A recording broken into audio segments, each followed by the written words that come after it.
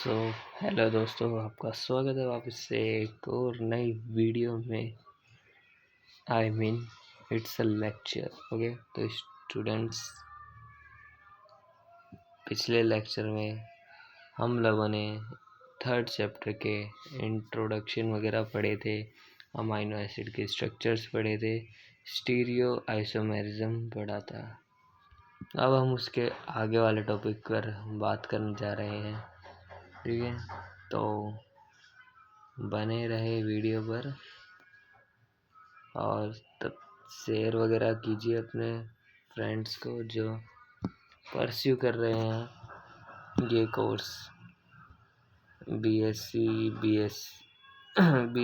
Biochemistry से related जो भी कोर्सेज हैं और उनको ये टॉपिक नहीं आ रहा है समझ, तो यहाँ से कवर अप कर सकते हैं। तो हम बात कर रहे हैं आरएस सिस्टम की। आरएस सिस्टम डिस्क्राइब करता है अब्सोल्यूट कॉन्फ़िगरेशन, वो भी एक एक इंडिविजुअल कायरल सेंटर का। ठीक है, इसके कुछ रूल्स हैं। ठीक है, अगर हमारा टेट्राहेड्रल कार्बन एटम है, टेट्राहेड्रल कार्बन एटम सब्स्टिट्यूट है असाइन प्रायोरिटीज। हाईएस्ट प्रायोरिटीज किसे देंगे वो सब लिखा गया। Higher atomic weight if 4 atoms different. जैसे मान के चलिए ये बीच में कार्बन है 1 2 3 4। ठीक है, ये इस वाले का एटॉमिक वेट सबसे ज़्यादा है। ठीक है, इस वाले का वेट सबसे ज़्यादा है तो इसको हाईएस्ट प्रायोरिटी देंगे अगर सारे एटम्स अलग अलग हैं तो। ठीक है, जब एटम्स अलग नहीं हैं, अगर वो एक जैसे दिख रहे हैं, प्रायोरिटीज एनकाउंटर बायोमोलिक्यूल्स, तो उसमें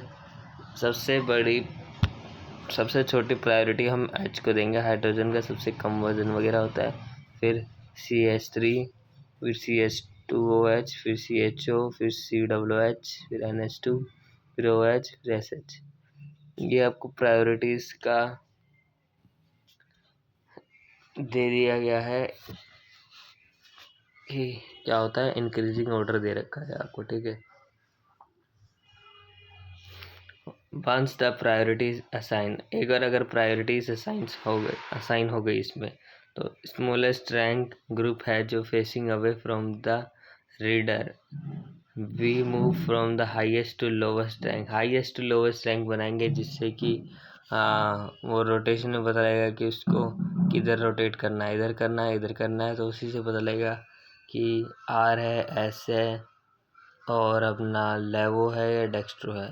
ठीक है, कायरल सेंटर लेबर करता है आर से। अगर डायरेक्शन अगर क्लॉकवाइज है तो आर होगा, एंटी काउंटर क्लॉकवाइज मतलब एंटी क्लॉकवाइज है तो एस होगा। ठीक है, according to the system standard reference D glyceraldehyde is R, L leucine 2s 3s is अपना एस पे आता है। ऐसे मान के चलिए स्टीरियो आइसोमेरिज्म है इन अमाइनो एसिड। ठीक है, COO+H और CH3 और N3H। ठीक है, तो इसमें क्या क्या होगा, इसमें ये प्रायोरिटीज चेक करेंगे तो इसमें हाइड्रोजन का 4 प्रायोरिटी होगा। ठीक है, हाइड्रोजन सबसे कम होता है, फिर उससे थोड़ा सा ऊपर जाएंगे तो 3CH3 आएगा। ठीक है, फिर अपने पास आ जाता है NH3 को देखेंगे, ये इसका शायद, हाँ ये इसका सिमिलर है, मिरर पे रखा है इसको। ठीक है, इसको ये फिर NH3 हो गया। NH3 के बाद अपना COOH और ये 1 पे आ जाएगा। ठीक है, तो ऐसे अपना प्रायोरिटीज आ गया 1 2 3 4। इसको इधर करेंगे, इसको इधर करेंगे और ये पूरा ऐसे घूमेगा, इसको कहते हैं क्लॉकवाइज। ठीक है, और ये होगा कॉन्फ़िगरेशन आर। तो ऐसे ही हमको ये क्वेश्चंस वगैरह सॉल्व करने हैं। फिक्सचर प्रोजेक्शन दे रखा है, इसके बाद आपको SAQ2 दे रखा है, स्ट्रक्चर ऑफ आइसोल्यूशन हमने अभी देखा, कितने कायरल सेंटर है इसमें वो बताइए, और ऑप्टिकल आइसोमेरिज्म इसमें कितने कायरल सेंटर है वो देखते हैं। आइसोल्यूशन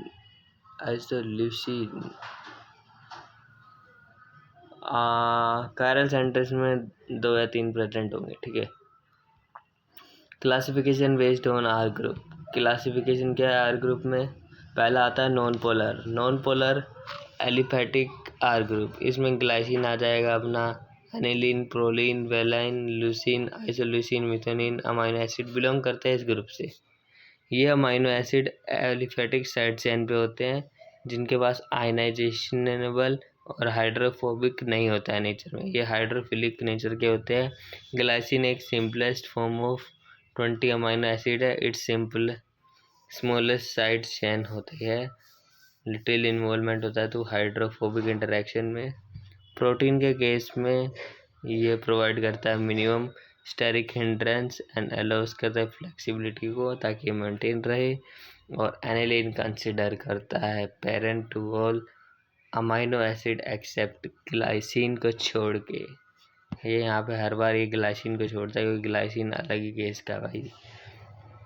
All of them deprime by replacing 1 or 2 H atoms on the methyl group bonded to alpha carbon।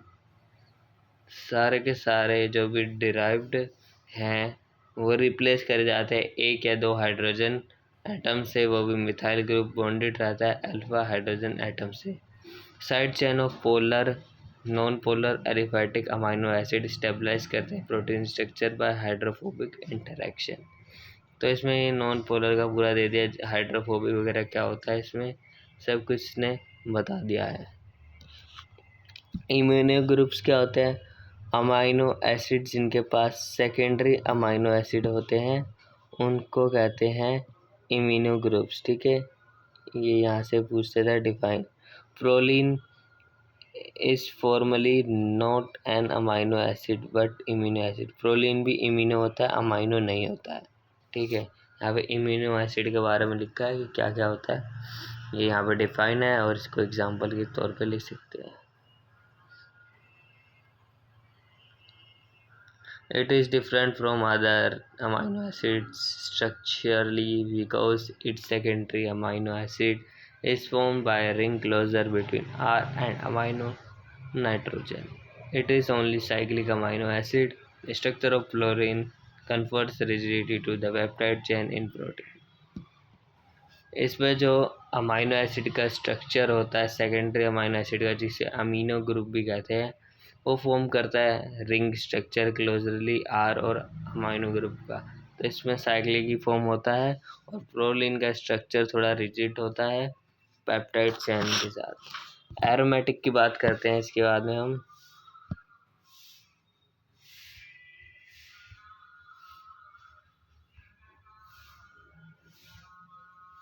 इसके बाद में एरोमेटिक की बात करते हैं। एरोमेटिक में हमारे phenylalanine, tyrosine, tryptophan amino acid बल्कि एरोमेटिक साइड चेन्स आ जाएंगे जो बिलोंग करते हैं इस कैटेगरी से है phenyl, phenolic acid, indole rings respectively R groups. Hydroxyl group of tyrosine can form करता है hydrogen bond with water. This amino acid responsible होता है for UV absorption of protein at 280 nanometre. तो एरोमेटिक में ये belong करते हैं। तो एरोमेटिक में हमारे ये कंपाउंड्स आ जाते हैं फिनाइलएलाइन, ट्रायोसिन, ट्रिप्टोफन, ये सारे बल्कि एसिड अमाइनो एसिड्स आ जाते हैं एरोमेटिक साइड चेन पे, जो कि हमारे फिनोल, फिनोइलोइक, इंडोल पे रिप्रेजेंट करते हैं, ठीक है। और अमाइनो एसिड इनके रिस्पॉन्सिबल होता है फॉर यूवी एब्जॉर्प्शन के लिए भी ऑफ प्रोटीन एट 280 नैनोमीटर। फिर पोलर की बात करते हैं, पहले नॉन पोलर की करिए, अब पोलर की करते हैं। पोलर में अपने क्या कहते हैं सीरीन, थेरिन, जो भी वाटर से रिलेटेड हमारे कंपाउंड्स होंगे वो सब पोलर में आ जाएंगे, ठीक है। बॉन्डिंग जो भी वाटर के साथ बनाएगा हाइड्रोजन वगैरह वो सब वाटर के यहाँ पे आ जाएंगे। और पॉजिटिवली चार्ज आर ग्रुप के लाइसिन, हिस्टीन, आर्जिनाइन वगैरह ये सब हो जाएंगे। Positively charge amino acid contain करते हैं basic group of their side chains group of histidine, lysine, arginine और इमिडिजुअल अमाइनो और ग्लूटानियम रिस्पेक्टिवली। ठीक है, ये सब इधर पे आ जाएंगे पॉजिटिवली। और नेगेटिवली में aspartate, glutamate, amino acid having acidic group. Positive में बेसिक ग्रुप होता है और नेगेटिव में एसिडिक ग्रुप होता है, और ये इनके नेम है कंपाउंड्स के, ये जो एग्ज़ाम में पूछ देता है। ठीक है, तो ये आपको याद करने की ज़रूरत है। इन protein this side chains have form strong ionic bond with basic amino acids which stabilize protein structure। Protein में जो साइड चेन होती है वो फॉर्म करता है आयनिक बॉन्ड। मान लीजिए प्रोटीन है, इस पे साइड चेन है। ठीक है, ये साइड चेन है, ये साइड चेन है, ये फॉर्म करता है एक स्ट्रॉन्ग आयनिक बॉन्ड फॉर्म करता है ये with basic amino acid. Basic amino acid मान लीजिए NH2 वगैरह के साथ फॉर्म कर रहा है, तो वो स्टेबलाइज कर देता है प्रोटीन स्ट्रक्चर को, ताकि प्रोटीन स्ट्रक्चर अपना काम ठीक से कर सके और अच्छे से। ठीक है, तो अभी हमने पढ़ा है, कौन सा टॉपिक पढ़ा है? हमने पढ़ा है classification based on R group. इसमें हमने पढ़ा polar and then non polar पढ़ा। देन हमने इसमें पढ़ा नेगेटिव चार्ज का, नेगेटिव पॉजिटिव चार्ज। ठीक है, 4 ये हो गए, और एक लास्ट वाला और पढ़ा था, कौन सा पढ़ा था हमने? एरोमेटिक पढ़ा है। एरोमेटिक है, और एक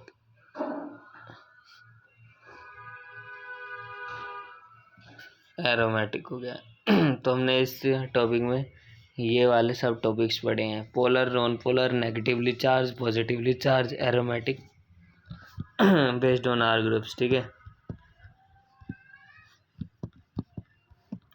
अब बात करते हैं हम इनके डायग्राम की। नॉन पोलर में क्या क्या आते हैं? नॉन पोलर में जितने भी डायग्राम और जितने भी स्ट्रक्चर दे रखे हैं वो सब यहाँ पे आपको देखने के लिए मिल जाते हैं। जो भी नेम वगैरह एग्जाम्पल, उनके स्ट्रक्चर ये रहे। अगर आप चाहें तो 3D इमेज से ये बना भी सकते हैं, 3D टाइप में आपको दे रखा है। ठीक है, मतलब इसमें मेंशन नहीं है कि कौन सा क्या है। हाँ, बस आप कलर कॉम्बिनेशन से बता सकते हैं। ऐसे ये ब्लू वाला शायद वाटर के लिए होगा, एंड अपना एक ग्रीन वाला शायद कार्बन रिंग है। ठीक है, ये इतना कार्बन है, ये इतना कार्बन रिंग है। ठीक है, और ये रेड वाला शायद पे हमारा NH2 वगैरह अटैच्ड है, अमाइनो ग्रुप। ठीक है, ऐसे ही अपना एरोमेटिक के 3 एग्जाम्पल दे रखे हैं। ठीक है, एंड इस बार अपना अभी थर्सडे है। ठीक है, आज 6 है, तो आज सेल बायोलॉजी का भी लेक्चर 1 आपको देखने के लिए मिलेगा चैनल पर, तो उसको भी आप अच्छे से पढ़ेंगे और इन्जॉय करेंगे। वो लेक्चर आपको देखने के लिए मिलेगा सिर्फ और सिर्फ हमारे YouTube चैनल पे, एंड वो लेक्चर आपको सुबह मॉर्निंग में 11 AM को डेली देखने के लिए मिलेगा। 9 AM आपका मॉलिक्यूल्स ऑफ लाइफ चलेगा, 11 आपका सेल बायोलॉजी चलेगा। ठीक है, हम कोशिश ये करेंगे कि आपके लिए फटाफट से जितने बायोकेमिस्ट्री के टॉपिक्स हैं उनको कराए। तो हमारा नॉन पोलर हो गया, एरोमेटिक हो गया। पोलर अनचार्ज्ड की बात करते हैं, इसमें ये सारे ग्रुप्स वगैरह आ जाते हैं। येलोइश वगैरह हमको पता नहीं है, अगर किसी को पता हो तो वो कमेंट कर दे कि इसका क्या मतलब होता है। ठीक है, पॉजिटिवली चार्ज में ये हो गए, मतलब इनके एग्जांपल्स याद करना कि इस ग्रुप में ये होते हैं। मतलब मेन 1-2 एग्जांपल चल जाएंगे। जैसे पॉजिटिवली चार्ज में अगर तुमसे कोई पूछ ले क्या होते हैं, तो तुम बोलोगे लाइसिन और अर्जिनाइन। और अगर तुमसे नेगेटिवली में पूछ ले तो तुम बोलोगे मतलब नेगेटिवली बोलेगा तो तुम बोल दोगे थ्रेनाइन वगैरह। मतलब एस्पार्टेट और ग्लूटामेट, गलती से मैंने ये वाला बोल दिया, पोलर वाला। ऐसे ही मतलब तुमको बस ठीक से एक बार अच्छे से याद कर लेना है, ठीक है। जैसे पॉजिटिवली का बहुत इजी है, लाइसिन और अर्जिनाइन, ठीक है। और नेगेटिवली में एस्पार्टेट और ग्लूटामेट, ठीक है, ALAG। और इसमें पोलर में आप याद कर सकते हो, ग्लूटामेट कॉमन हो जाएगा। अगर ग्लूटामेट करना चाहते हो तो कर सकते हो, पोलर में भी सेम है और अपना नेगेटिव में भी सेम है, नेगेटिव और पोलर में सेम है। और शायद एस्पार्जीन नहीं, एस्पार्टेट है। यहाँ पे आप सिस्टीन कर दीजिए या सेराइन कर दीजिए, और इसमें ट्रायोसिन कर लीजिए, और ट्रिप्टोफान या फिनाइललाइन जो भी आपको पसंद हो। और इसमें तो ग्लाइसिन कर लीजिए, एनिलीन कर लीजिए, बहुत सारे इसमें तो आसान है नॉन पोलर में, ठीक है। अब बात करते हैं, तो ये क्वेश्चन आप मुझे बताएंगे कि what is the importance of R group in the amino acid. Amino acid important क्या है आर ग्रुप का अमाइनो एसिड मॉलिक्यूल्स में। Importance of R group, R group हमारा बताता है कि क्या क्या हमने करा है, क्या नहीं करा है। मतलब आर ग्रुप हमारा रिप्रेजेंट करता है कि कौन सा पोलर है, कौन सा नॉन पोलर है, कौन सा चार्ज है पॉजिटिव, कौन सा अनचार्ज है, ये सब हमको बताता है। नेगेटिव चार्ज है, एरोमेटिक है, क्या है। आर में क्लॉकवाइज तो क्लॉकवाइज है, और अगर एस के केस में है तो एंटी क्लॉकवाइज है। तो वो सब हमको बताता है आर में अमाइनो एसिड्स मॉलिक्यूल्स की हेल्प से, ठीक है। बाकी सब आपको जब आप खुद बुक रीड करेंगे थ्योरेटिकली आपको आंसर मिल जाएगा लिखने के लिए।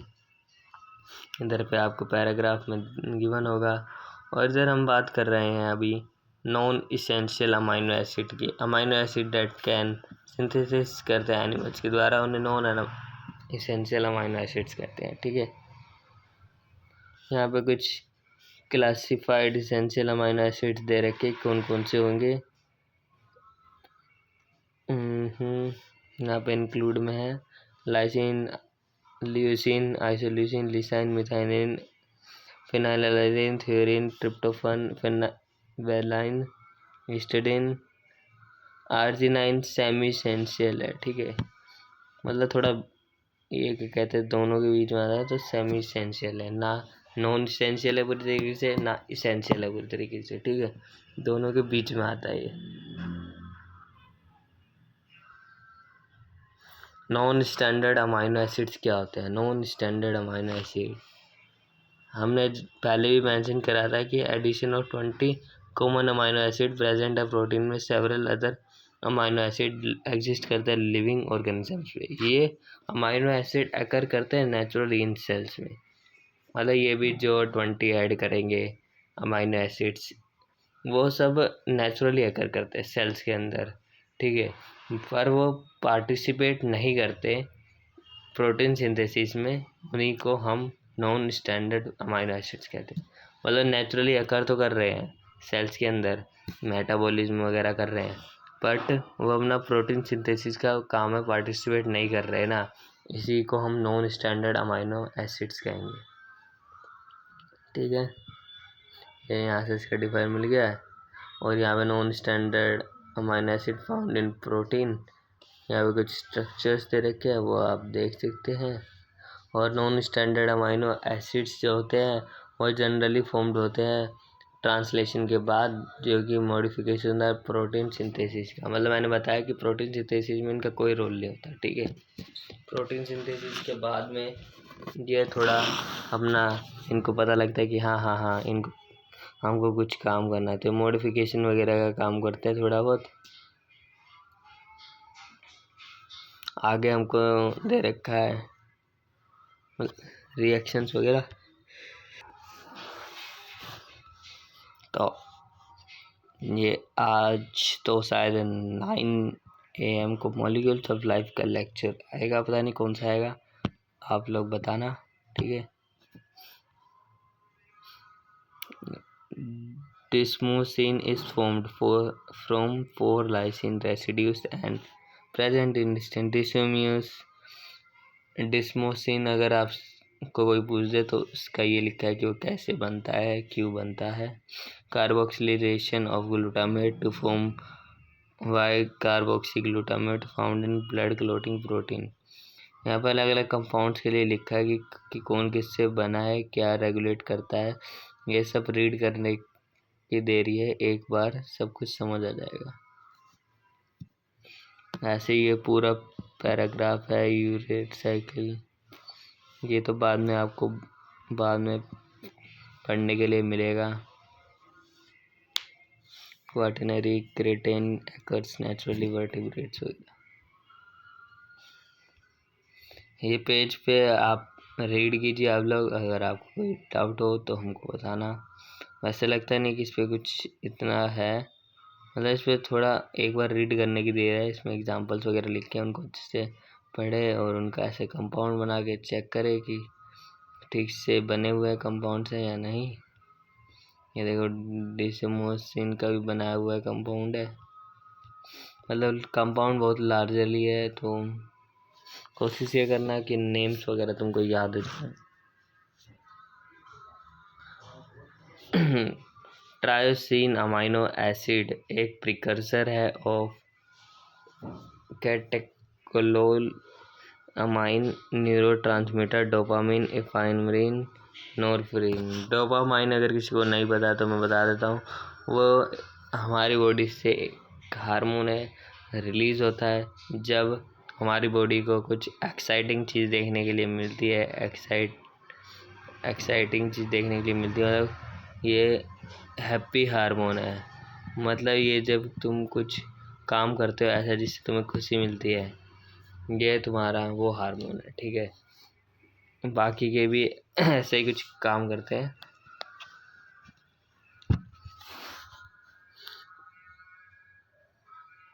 यहाँ पे ट्रायोसिन को प्रिकर्सर बनाया है इसका, और थ्रायोसिन डेरिवेटिव है ट्रायोसिन का, इंडोल एसिडिक एसिड डेरिवेटिव है ट्रिप्टोफन का। इनको हम हार्मोन्स कहते हैं, रेगुलेट करते हैं मेटाबॉलिज्म ऑफ सेल में। ग्लाइसिन प्रिकर्सर इसका है, और अर्जिनाइन वगैरह पार्टिसिपेट करते हैं। पहले इसमें बताया गया क्या कौन किसका प्रिकर्सर है, मतलब कौन किसकी हेल्प कर रहा है, और कर रहा है तो किस चीज़ में कर रहा है। जैसे कि माँ ये देखिए इधर पे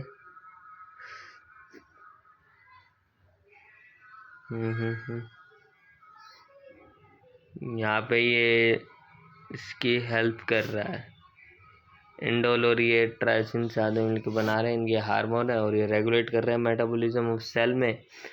ग्लाइसिन अपना प्रिकर्सर है पोरफायरिन के, और इनको हेमी कहते हैं एग्जाम्पल वगैरह को देख के। और ये यहाँ पे नॉन प्रोटीन वगैरह का थोड़ा बहुत ख़त्म हो गया। अब हम बात करते हैं थोड़ा प्रॉपर्टीज़ ऑफ अमाइनो एसिड्स की। ये वाला टॉपिक थोड़ा सा लिटिल बिट बोरिंग था, तो इस वजह से मैं इसको थोड़ा इंटरेस्टिंग नहीं बना पाया। अगर किसी को समझ ना आया हो तो हम टॉपिक वाइज भी समझ सकते हैं एक एक वीडियो में। तो मैं कोशिश करूँगा कि जो टॉपिक आपको समझ ना आए उसका टॉपिक वाइज वीडियो भी आ जाए। ठीक है, तो आप लोग कमेंट करना अगर आपको समझ ना आए तो। ठीक है, ये क्वेश्चन दे रखा है, इसको आप लोग बाद में देखना। तो अब बात करते हैं properties of amino acids. Amino acid as acids and basis. ठीक है, जब अमाइनो एसिड में कमी होती है आयनाइजेबल आर ग्रुप की आयनाइजेबल की कमी होती है तो आर ग्रुप हमारा डिसॉल्व करता है वाटर के अंदर at neutral pH. Neutral pH कब होता है? जब पीएच 7 हो। ठीक है, न्यूट्रल पीएच, तो वो एग्जिस्ट करता है एज डाईपोलर आयन, और उस आयन को हमने कहा गया है स्वीटर आयन, और एक्ट करता है एसिड के साथ साथ बेस की तरह। तो उसमें कोई भी नेट चार्ज नहीं लगता, और वो इक्वल होता है अपोजिटिवली चार्ज आयन के। और इन अमीनो एसिड जो एक्सिबिट करते हैं एसिड बेस कैरेक्टर को, एम्फोटेरिक कैरेक्टर, उनको हम एम्फ्लोलाइट्स कहते हैं। तो यहाँ से हमने चालू करा, यहाँ पर ख़त्म करा। वापस सुनिए, जब अमाइनो एसिड में कमी होती है आयनाइजेशन की, ये मान लीजिए ये है अमाइनो ग्रुप, उसने अमाइनो एसिड की बात करिए तो अमाइनो एसिड ही बना देते हैं। रुकिए, बहुत लोग बोलेंगे अमाइनो एसिड नहीं बनाए सर, क्या कर रहे हैं आप, कुछ आता है कि नहीं आता है। लो, अमाइनो एसिड बना दिया, ठीक है। अमाइनो एसिड बनाने के बाद इसमें जब आयनाइजेशनेबल की कमी होगी, आयनाइजेशन बॉन्ड की कमी होगी, तो जो भी हमारा आर ग्रुप है वो आर ग्रुप हमारा डिसॉल्व होगा किसके अंदर, वाटर के अंदर। वाटर के अंदर डिसॉल्व हो गया, वो भी न्यूट्रल पीएच दिया 7, वाटर का पीएच 7, न्यूट्रल पीएच 7 पे करा। तो जो हमारा डाइपोलर आयन है जिसको हम ज्विटर आयन कहते हैं, वो हमारा एक्ट करेगा या तो एसिड की जगह या बेस की जगह, क्योंकि पीएच न्यूट्रल है हमारा, सेम पीएच नहीं है, ध्यान रखना। हमारा या तो वो एसिड की तरह एक्ट करेगा या बेस की तरह एक्ट करेगा, दोनों सेम नहीं है। यही 7 है ना, तो किसी में भी एक्ट कर सकता है वो। न्यूट्रल रेयर केस में करेगा कि न्यूट्रल तो वो है ही पहले से, बट अगर हम चेक करने जाएँ तो वो एसिड और बेस में कर सकता है। तो इसमें नेट चार्ज कुछ भी नहीं लगेगा, वो इक्वल होगा अपोजिट चार्ज आयन के। और जो अमाइनो एसिड भिड़ रहा है, एक्सिबिटिंग कर रहा है एक दूसरे से एसिड बेस कैरेक्टर के लिए, एम्फोटेरिक बन गया है, वो दोनों ही हो सकता है, उनको एम्लोफाइट्स कहते हैं, ठीक है। इसके बाद में जो अमाइनो एसिड, ठीक है, एम्लोफाइट्स तक सबको क्लियर है। मेरे ख्याल से ये वाला टॉपिक सबको बहुत अच्छे से समझ आएगा, ठीक है। पिछला टॉपिक छोड़ो अभी, अगर आज टाइम मिला तो पिछले टॉपिक को भी अच्छे से लपेटेंगे, ठीक है। मेरे को पता है पिछला टॉपिक किसी को अच्छे से समझ नहीं आया होगा, ठीक है। अभी हमारे पास बहुत टाइम है, ठीक है। अमाइनो और कार्बोक्सिलिक जो ग्रुप है, अमाइनो और कार्बोक्साइल ग्रुप है ऑफ अमाइनो एसिड, मतलब ये देखो, इधर देखो, इधर, उधर कहाँ ध्यान है तुम्हारा। अरे यहाँ पे H आएगा, R आएगा, कार्बोक्सिलिक का COH। देखो, जो हमारे अमाइनो एसिड में जो ग्रुप है, अमाइनो ग्रुप और कार्बोक्साइल ग्रुप, ठीक है, as well as ionizable R group है जो हमारा, यह इनका जो फंक्शन होगा इन तीनों का, वो फंक्शन होगा वीक एसिड बेस का, ठीक है। स्ट्रॉन्ग नहीं होगा, वीक एसिड बेस का फंक्शन होगा इसमें, ठीक है। ये रहा नॉन आयनिक ग्रुप, ये ज्विटर आयन। इसमें फ़र्क क्या है, RCH NH2 COOH, OH को बाहर निकाला, इधर पे डबल बॉन्ड में H को करा और इधर पे O को करा, ये ज्विटर आयन हो गया। और अगर O को ऐसे ही रख दिया, H के साथ डबल बॉन्ड करे तो नॉन आयनिक फॉर्म होगा। ऐसे ही अगर ज्विटर, यहाँ पे NH2, ये आपको अमाइनो एसिड दे रखा है, ज्विटर आयन एसिड ऐसा दिखेगा, और ये अगर इसका रिएक्शन कराओगे तो भी ऐसा ही है। और बेस के फॉर्म में आप H3 ऐड करोगे तो ये NH3 बन जाएगा। ज्विटर आयनिक फॉर्म्स और non ionic form, non ionic form आपने देखा ऐसा होता है, और ज्विटर आयनिक फॉर्म आपने देखा ऐसा होता है। तो इसमें 2 फॉर्म्स दे रखी है आपको, बढ़िया बढ़िया करके। ROH NH3 consider weak acid होते हैं, और RCOOH और RCOH स्ट्रोंगर होता है RNH3 से, ठीक है। अगर NH3 और CO की बात करें, NH3 तो ये वाला स्ट्रोंगर होगा, इसको फर्स्ट प्रायोरिटी मिलेगी, इसको सेकंड मिलेगी, इसको थर्ड मिलेगी, इसको फोर्थ मिलेगी, ठीक है, समझ गए, ठीक है। और ये जो रोटेशन मैंने कहा 1 2 3 4, 1 2 3 4, तो ये ऐसा बनेगा कुछ क्लॉकवाइज में, ठीक है। जब ये उसमें आ जाएगा आर में, आर एस कन्फिग्रेशन में भी आ जाएगा। टाइट्रेशन कर्व क्या होता है अमाइनो एसिड में? टाइट्रेशन कर्व को समझेंगे। जो पीएच का बिहेवियर होता है आयनाइजेबल ग्रुप में, अमाइनो एसिड में पीएच के रिस्पेक्ट में जो चेंज हो रहा है, depict acid base titration. Acid base titration एक स्टेडी एडिशन है और रिमूवल होता है प्रोटॉन का, ठीक है। रिमूवल होता है प्रोटॉन का, स्टेडी एडिशन है, कर्व भी बना रहा है ये, ठीक है। तो जो कार्बोक्साइल ग्रुप और अमाइनो ग्रुप है अमाइनो एसिड के, वो लॉस करते हैं प्रोटॉन को, प्रोटॉन लॉस करेंगे, ठीक है। ये NH2 हो गया, ये COOH हो गया, ये प्रोटॉन को लॉस कर रहे हैं अपना अपना, ठीक है। प्रोटॉन को लॉस कर रहे हैं। ये प्रोटॉन को लॉस करने के बाद फ़ायदा क्या होगा? प्रोटॉन को लॉस करेंगे विद स्ट्रॉन्ग बेस से, सच एज सोडियम हाइड्रोक्साइड, ठीक है। सोडियम हाइड्रोक्साइड मतलब N हाइड्रोक्साइड OH होता है, NaOH, ठीक है। ग्लाइसिन अमाइनो एसिड लैक करता है R ग्रुप, ग्लाइसिन में R ग्रुप की कमी है, तो जो बिहेवियर होगा COOH और NH2 ग्रुप का, वो हमारा ऑब्जर्व करा जाएगा without interference of R group. R group के बिना इंटरफेयर के ही हम टाइट्रेशन कर्व का बता देंगे। तो इसमें हमसे पूछा गया है, do you notice the plot that has 2 distinct stages, what does 2 stages, क्या क्या है वो स्टेजेस? जब हमारी pH लो होगी तो ग्लाइसिन हमारा एग्जिट करेगा फुल्ली प्रोटीनेटेड फॉर्म में।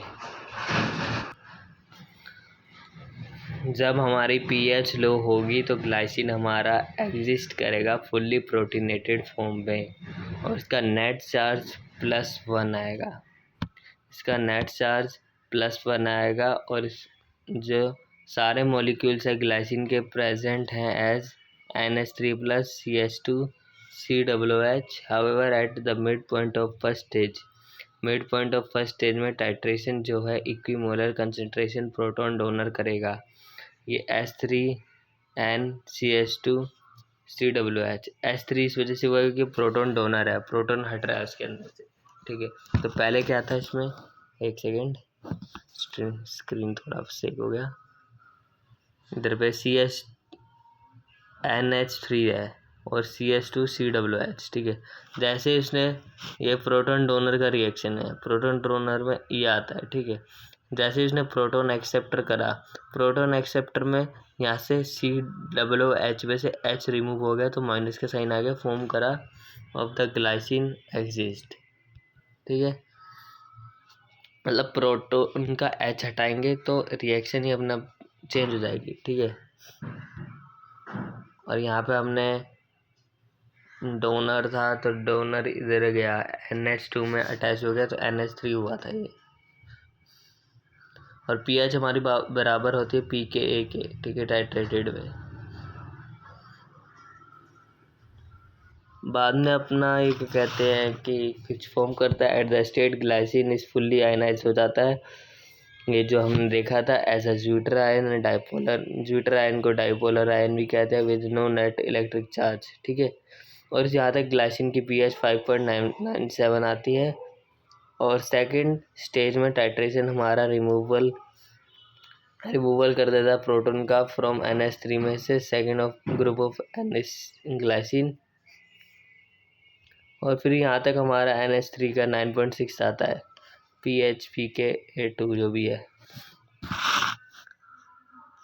इसके बाद में हमारा क्या कहते हैं, थोड़ा बहुत हमको बताया गया कि इधर पे NH3CH2COOH में से यहाँ से अगर हमने प्रोटॉन रिमूव करा, H हटा दिया तो COO आ गया, ठीक है, इसका मिड स्टेज। फिर यहाँ तक सब कुछ सेम था। फिर pKa2 करा, pKa2 में हमने यहाँ से अमाइनो ग्रुप में से H रिमूव कर दिया तो NH2 आ गया। तो इसमें हमने दोनों से रिमूव करा तो हमारे पास ये कंडीशन आ रही है। और फिर अगर हम इसको ग्राफिकल मेथड से समझे टाइट्रेशन कर्व से, तो टाइट्रेशन कर्व हमारा ये कहता है, यहाँ से हम पहले OH निकालेंगे, OH इक्विवेलेंट नीचे आएगा और pH यहाँ पे, ठीक है। टाइट्रेशन कर्व में वो सबसे पहले हल्का सा बढ़ा है, हल्का सा बढ़ने के बाद जब उसका pH ठीक ठाक आया तो उसने थोड़ा सा कर्व मारा इधर से, मतलब टाइट्रेशन कर्व है तो कर्व होगा, ठीक है। इसने मारा है इधर पे 5.97 के समथिंग कुछ करा है, 5.97 जो कि हमारा फर्स्ट pH है। और दूसरी बारी में इसका पूरा रेंज 9.6 आ गया, ठीक है। इसने जैसे प्रोटॉन डोनर करा, एक्सेप्ट करा, फर्स्ट स्टेज का हमारा 9.7 आ गया, सेकंड का हमारा ये आ गया, और ये मिड का आ गया इन दोनों के pK 2.34, ठीक है। यहाँ पे आपको अगर ये पूछेगा टाइट्रेशन कर्व बताइए 0.1 मोलर ग्लाइसिन इतने टेम्परेचर पे, तो आपको ये बना देना है, ठीक है। यहाँ पे दिख जाएगा, यहाँ पे ये पूरा खिचड़ी पकाए हैं, इधर पे रिएक्शन वगैरह दे रखा है, मतलब मेनली इसमें इसने प्रोटॉन रिमूव करा है और प्रोटॉन एक्सेप्ट करने का बात करा है। पहले इसने प्रोटॉन एक्सेप्ट करने की बात करा है, डोनर से एक्सेप्ट करता है, फिर रिमूवल करता है, ठीक है। बस मेनली इसमें यही था। और प्रोटॉन कर्व बनाता है, ये ऐसे कर्व बनाया है इसने, फर्स्ट यहाँ तक जाता है, फिर सेकंड स्टेज में यहाँ तक जाता है, ठीक है। फिर कैरेक्टरिस्टिक्स क्या है इसकी, क्वांटिटेटिव मेजरमेंट है, और pKa का आयनाइजेबल ग्रुप है, कार्बोक्साइल और amino group of amino acid. Quantitative measurement हो गया। Regions of buffering power, there are 2 regions है बफरिंग पावर के, एक 2.34 and other one is around 9.60। Buffering region मतलब बफरिंग रीजन हमारे ये हो गया, इधर पे थोड़ा सा ये अड़ रहा है और इधर पे अड़ रहा है, ठीक है। ये तो अपना स्टेडी कांस्टेंट जा रहा है। Relationship between net electric charge of amino acid, pH of the solution, characteristics amino acid dipolar form, जैसे कोई भी नेट चार्ज नहीं है, आइसो इलेक्ट्रिक पॉइंट है और आइसो इलेक्ट्रिक pH है। और ये यहाँ पे फॉर्मूला दे रखा है, pH is equal to half pK1 plus में pK2, और इन दोनों को जोड़ के 5.96 आ गया, ठीक है। मतलब फर्स्ट वाले को जोड़ा और लास्ट वाले को जोड़ा तो बीच का अपने आप आ जाएगा। PL का लिखा है जिसको यहाँ पे बता भी गया कि PL ग्लासिंग नेगेटिवली चार्ज है, विल मूव करता है towards anode, and pH below positively charge will wait move towards cathode. फिर यहाँ पे दे रखा है pKa 2.2 और pK2 इतना दे रखा है, तो PL ऑफ विलाइन बताना है, ठीक है। तो इन दोनों को जोड़ेंगे तो हाफ pKa और क्या था फॉर्मूला, pKa प्लस में pK2 9.7, तो क्या हो जाएगा इसका 7 8 9, और ये याद आएगा 10 11.9/2। तो इसको सोल्व करेंगे तो अपना 5 9.5 ऐसे कुछ आएगा, ठीक है। तो इसको ऐसे सोल्व करेंगे, हाफ pKa प्लस में half pK1 plus pK2 is equals to में PL आ जाएगा, ठीक है। अब ना फिजिकल प्रॉपर्टीज दे रखी है इधर पे कि शेप क्या होती है किसकी, ट्रायोसिन की क्या शेप होती है, सिस्टीन की क्या शेप होती है, सबकी शेप की 1 है। और इधर पे हाइड्रोफोबिक नॉन पोलर का वो दे रखा है कि कौन सबसे ज़्यादा स्ट्रोंगर है, हर हाइड्रोफिलिक का दे रखा है पोलर में, ये आप याद करेंगे। और अमाइनो एसिड ऑब्जर्व नहीं करे जाते विजिबल लाइट में क्योंकि अमाइनो एसिड कलरलेस होते हैं, और ट्रायोसिन और ट्रिप्टोफैन ऑब्जर्व करते हैं हाई वेवलेंथ अल्ट्रावोलेंट में, ठीक है। It help in the detection of determination of protein quantity में भी हेल्प करते हैं ये ट्रायोसिन वगैरह। और यहाँ पे अपना दे रखा है amino acid with their amino group R group undergo several. Amino acid हमारे अमाइनो ग्रुप और कार्बोक्सिल ग्रुप और आर ग्रुप की मदद से बहुत केमिकल रिएक्शन में अंडरगोस कर सकते हैं पेप्टाइड बॉन्ड और disulphide bond formation affects in protein structure and there formation. Peptide bond और डाइसल्फाइड बॉन्ड भी आपको फॉर्मेशन में देखने के लिए मिलते हैं प्रोटीन स्ट्रक्चर में, अल्ट्रेशन वगैरह में। तो ये यहाँ पे अपना चैप्टर एंड होता है। इधर पे अब हम अपना देखिए 5 पॉइंट कुछ आ रहा है, 9.5 आ रहा है, जो कि मैंने निकाला भी। अब इधर पे हम देखते हैं एक बार वो वाला टॉपिक जो हमने स्टार्टिंग में आपको बोला था कि एक बार देखते हैं, अगर आपको समझ नहीं आया तो वापस समझाते हैं। बायोलॉजिकली वाला आपको समझ आ गया था।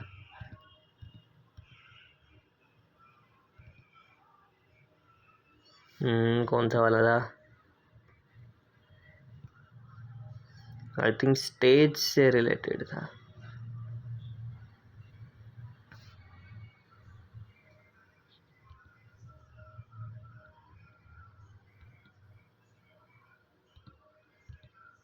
वेट अ सेकेंड, ये वाला टॉपिक तो क्लियरली मैंने आपको समझाया है।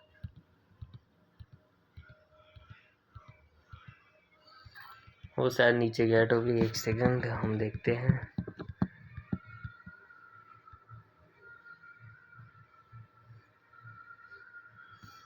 मेरे ख्याल से नॉन स्टैंडर्ड वाला में कुछ गड़बड़ था।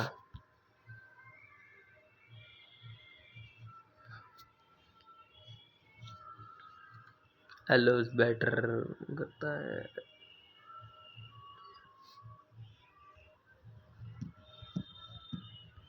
हाँ, ये मैंने बोला था इनके नेम्स वगैरह याद करना, जिससे आपको आसानी होगा कि क्या कौन क्या काम कर रहा है।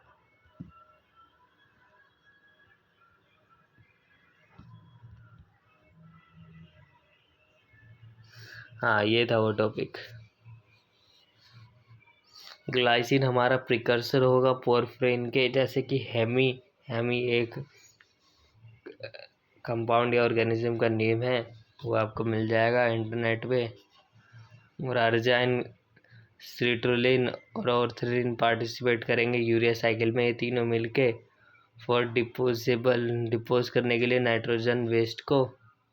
और ऑर्थेनिन और एस एडिनोसाइल मिथोनिन प्रिकर्सर है पॉलीअमाइन के। एस्पार्टेट ग्लाइसिन ग्लूटामेट और प्रिकर्सर है न्यूक्लियोटाइड के। ठीक है, तो इसमें यही बताया था कि कौन किसका प्रिकर्सर और क्या काम करेगा, किसके लिए करेगा, क्यों करेगा, ये सब इसमें बताया था। और इसके पहले वाला टॉपिक भी रहता है मेरे ख्याल से। पहले वाले टॉपिक में यूरिया साइकिल की बात करी गई है, जो कि हम आगे पढ़ेंगे। और इधर पे ADP ribosyl in addition of acetyl methyl adenyl और ADP ribosyl groups into amino acid increase और डिक्रीज करता है प्रोटीन एक्टिविटी को। जब हम एडिशन करते हैं किसी भी रिएक्शन में, किसी भी कंपाउंड में, एसिटाइल मिथाइल एडेनाइल और एडीपी राइबोसाइल ग्रुप का टू अमाइनो एसिड्स में, तो वो इंक्रीज और डिक्रीज कर देता है प्रोटीन की एक्टिविटी को, जहाँ तक इसमें गिवन है। फॉस्फोरिलेटेड अमाइनो एसिड जैसे कि serine, threonine, tyrosine often use to regulate करते हैं अपना सेवरल प्रोटीन एक्टिविटीज़ को। ठीक है, यहाँ प्रोटीन एक्टिविटी की बात करी गई है, वो सब इसमें बताया गया है।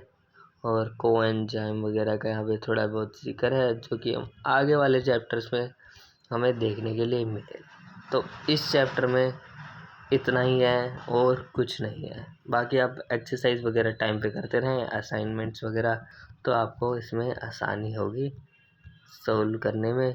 और RS कॉन्फ़िगरेशन अपना ध्यान से करें और DL कॉन्फ़िगरेशन भी ध्यान से करें कि levorotatory, dextrorotatory, anticlockwise, clockwise कहाँ पे होगा। तो अब बात करते हैं कि हम नेक्स्ट लेक्चर में कौन सा चैप्टर स्टार्ट करने वाले हैं। तो नेक्स्ट लेक्चर में हम करने वाले हैं पेप्टाइड्स एंड प्रोटीन का चैप्टर, जो कि हमारा जो कि हमारा फर्स्ट ब्लॉक का लास्ट चैप्टर होने वाला है। ठीक है, फर्स्ट ब्लॉक का लास्ट चैप्टर ये होने वाला है, जिसे हम कल की क्लास में करेंगे, नेक्स्ट क्लास। तो तब तक के लिए आप इसको रिवाइज करिए, और अगर किसी का कोई डाउट है तो आप कमेंट सेक्शन में बता सकते हैं। तो मिलेंगे नेक्स्ट वीडियो में, तब तक के लिए bye bye and take care.